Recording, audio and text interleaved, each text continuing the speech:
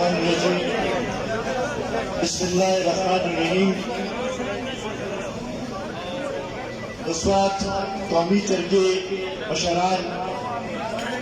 د ولسي پاڅون ځوانانو دلته کې موجود د مختلفو سیاسي ګوندونو مشران د سوات د سیمې مشرانو عزتمندو ځوانانو زه ټولو کې اول خو د خپل لخوا او د خپل د ګوند لخوا تاسو ټولو نه خراج تحسین پیش کوم چې تاسو د خپل امن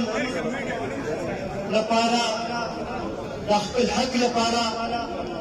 اواز اوچت کړی دی راپاڅېدلي کوم حالات چې 2009 او 2008 کې په دې سیمه باندې تېر شوي د هغې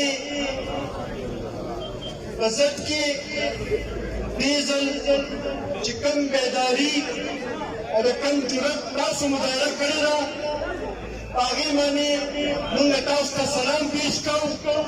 د قومي وطن پارټۍ له لخوا زه تاسو ته دا یقیني راکول پر راغلی یم چې د سوات امن خبره وي د خیبر پښتونخوا کې د امن خبره وي د پښتنو په سیمه باندې کوم ځای کې د امن خبره وي قومي وطن پارټي به تاسو سره ولاړه وي او ستاسو سره به څنګه جدوجہد وکړي. عزتمندو نن زموږ مشر ملي رهبر جناب افسر احمد خان شیرپور صاحب په خپل راتګ غوښتل خو چونکې کله چې موږ ته دعوت ولسي پاڅون طرف ته ملو شو د هغوی مخکې نه یو بل مصروفیت و نو ما ته یې دا هدایت وکړل چې زه دې راشم دلته کې او تاسو سره د یکجهتین مظاهره وکړو ستاسو جرأت ته سلام وکړو او سره دا اواز ټولو پښتنو ته یو ځای چې ورکړو چې موږ امن غواړو دې نه ناره بل هېڅ نه غواړو.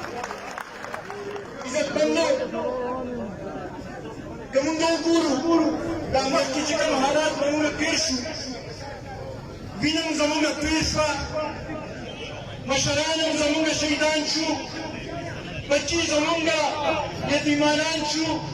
میندې خویندې زموږ لوندې کونډې شوې خو له بدقسمتۍ نه چې خبره هم شوه نو وایي چې یاره دهشتګرد چې دی هغه هم پښتون دی او انتها پسند هم پښتون دی هم مړه شو هم پوه شو دې ځله دا تاسو چې کوم جرأت کړی دی دا کوم طریقې سره چې تاسو ځای پر ځای ووتلی او دا حق ثابته کړه چې پښتانه چې دي هغه انتها پسند نه دي پښتانه چې دي هغه دهشتګرد نه دي پښتانه چې دی هغه امن پسند دي ستاسو د جرأت ته موږ سلام پیش کوو. عزتمندو ما نه مخکې مشرانو خبرې وکړې دا ډېره عجیبه خبره ده د پاکستان د آیین لاندې د هغې دې دلته کې اوسېدونکي د هر شهري امن چې دی هغه حق دی او دا د حکومت ذمهواري ده چې هغه امن راولي او امن قایم وساتي. موږ په دې نه پوهېږو چې خبره شي نو صوبایي حکومت په مرکزي حکومت باندې اچوي او مرکزي حکومت چې دی هغه صوبایي حکومت باندې اچوي. موږ ورته دا ویل غواړو چې دا حق موږ له آیین پاکستان راکړی دی او دا ذمهواري چې ده دا ستاسو دواړو ده دا په خپله کې تاسو فیصله وکړئ دې قوم چې دی دې نه قربان مه جوړوئ دا قوم چې دی دا امن غواړي او خپل حق غواړي. دې سره ما نه مخکې مختار خان خبره وکړه چې وزیر اعلی صاحب راغلی و زما خیال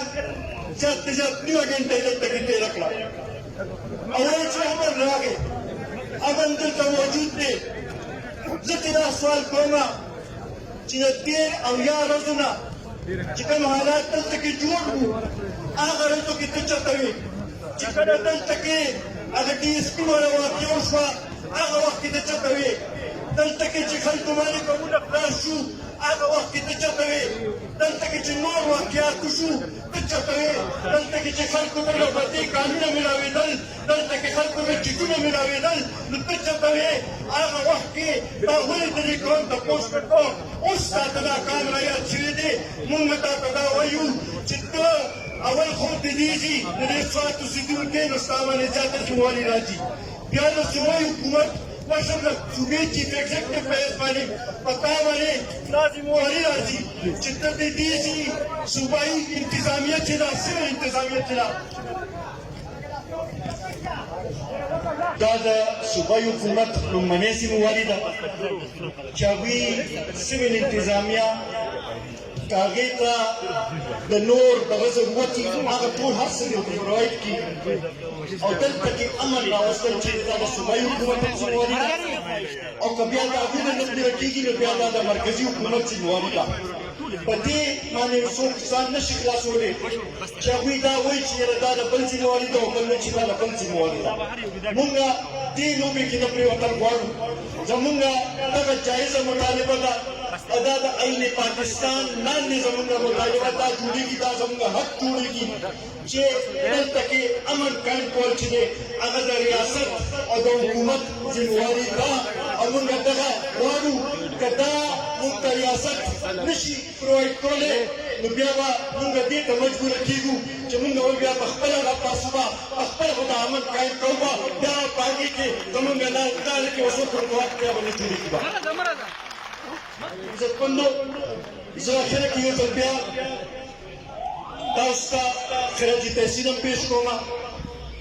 د ولسي پاڅون او د سوات قومي جرګې مشرانو ته خراج تحسین پیش کوم چې تاسو ټولو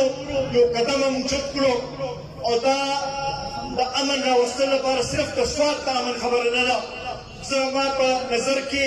دا د ټول ملک لپاره یو